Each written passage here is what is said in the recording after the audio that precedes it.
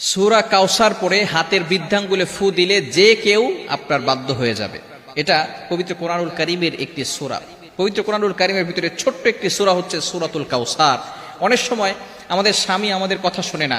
অনেক সময় কিছু মায়েরা, কিছু বোনেরা আমাদেরকে ফোন দিয়ে থাকেন, হুজুর আমার স্বামী পরকীয়ায় লিপ্ত হয়েছে, আমার স্বামী বিভিন্ন মেয়েদের সাথে কথা বলে থাকে। অনেক সময় প্রবাসী ভাইরা আছেন, তারা বলেন আমার স্ত্রী আমার কথা শোনে না, আমার স্ত্রী আমার টাকা নিয়ে ফুর্তি করে অন্যদের ছেলেদের সাথে কথা বলে, কিন্তু সে আমার কোনো কথা শোনে না। এই বিভিন্নভাবে যদি তারা অন্যভাবে চলে যায়, তাহলে স্ত্রীকে বাধ্য করার জন্য অথবা স্বামীকে বাধ্য করার জন্য এই চমৎকার একটি আমল যদি আপনি করতে পারেন, আমি আপনাদেরকে জানিয়ে দিব এই নিয়মটা কিভাবে করবেন। আবার অনেক সময় সন্তান কথা শোনে না, অফিসের বস শুধু আপনার উপর অত্যাচার করে, জুলুম করে, নির্যাতন করে, যার কারণে আপনি কঠিন বিপদের ভিতরে পড়ে আছেন। যদি আপনি এই আমলটা করতে পারেন, অবশ্যই আল্লাহ তাআলার পক্ষ থেকে সুন্দর একটা ফলাফল আসবে। 21 দিন এই আমলটা করবেন। আমলটি করবেন কিভাবে আমি আপনাদেরকে ভালো করে বলে দিচ্ছি। প্রথমে আপনি ওযু করবেন, পবিত্র অবস্থায় থাকবেন, অবশ্যই পবিত্র থাকতে হবে। এরপর আপনি ফজরের নামাজের পরে অবশ্যই ফজরের নামাজ পড়বেন, কারণ ফজরের ভিতরে বরকত রয়েছে। ফজরের নামাজ পড়ে আপনি পবিত্র হয়ে ওই নামাজের স্থানে যদি আপনি পড়তে পারেন আলহামদুলিল্লাহ ভালো। আর যদি সেখান থেকে উঠে অন্য কোনো কাজ করেন, তারপরে অজু অবস্থায় যদি সেখানে বসেন কোনো সমস্যা নাই, পড়তে পারবেন। আপনি প্রথমে অজু করবেন, অজু অবস্থায় সেখানে বসবেন। বসার পরে একবার সূরা ফাতিহা পড়বেন, এরপরে 4 কুল পড়বেন, কুল ইয়া আইয়ুহাল কাফিরুন, কুল হুয়াল্লাহু আহাদ, কুল আউযু বিরাব্বিল ফালাক, কুল আউযু বিরাব্বিন নাস। এটা পড়ে আপনার বুকে ফু দিবেন এবং পুরো শরীরকে মাসাজ করে দিবেন, আপনার শরীর বন্ধ হয়ে যাবে। এরপরে আপনি 3 বার দুরূদ শরীফ পড়বেন। আমরা নামাজের ভিতরে যে দুরূদ শরীফ পড়ি, এই দুরূদ শরীফ 3 বার পড়তে হবে।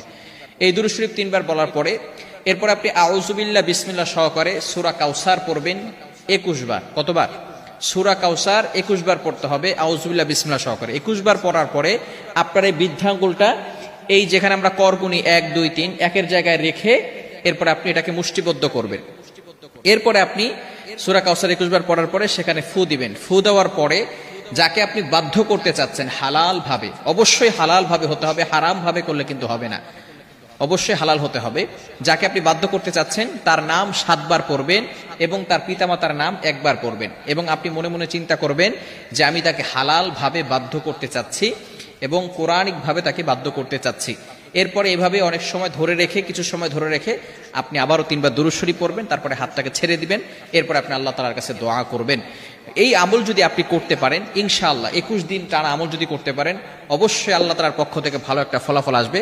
তবে এটা হালাল ভাবে করতে হবে, ইয়াকিনের সাথে করতে হবে। যদি কারো ইয়াকিন না থাকে, কোরআনের প্রতি যদি কারো বিশ্বাস না থাকে, তাহলে কিন্তু কঠিন মুসিবতের ভিতরে পড়ে যাবেন। ইয়াকিন থাকতে হবে কোরআনের প্রতি এবং আল্লাহর প্রতি, যে আল্লাহ তাআলা অবশ্যই আমাকে এই কোরআনের মাধ্যমে সাহায্য করবেন। এবং হালাল পন্থা থাকতে হবে, হারাম কোনো কাজ করা যাবে না। বিশেষ করে ইয়াং পিপল যারা আছে, এটা শোনার পরে তারা একেবারে খুশিতে আত্মহারা হয়ে যাবে যে আমি আমার গার্লফ্রেন্ডকে এবার বিয়ে করার জন্য অথবা গার্লফ্রেন্ডকে পটানোর জন্য আমি পুরা ভালো একটা আমল পেয়ে গেছি। খবরদার, এটা করা যাবে না। এটা যারা হালাল ভাবে, স্বামী কথা শোনে না অথবা স্ত্রী কথা শোনে না, সন্তানরা কথা শোনে না, হালাল ভাবে যদি আপনি কাউকে বাধ্য করতে চান এই আমলটা করতে পারেন। হারাম ভাবে করলে কোনো ফায়দা হবে না। আল্লাহ পাক রব্বুল আলামিন আমাদের সকলকে বুঝার তৌফিক দান।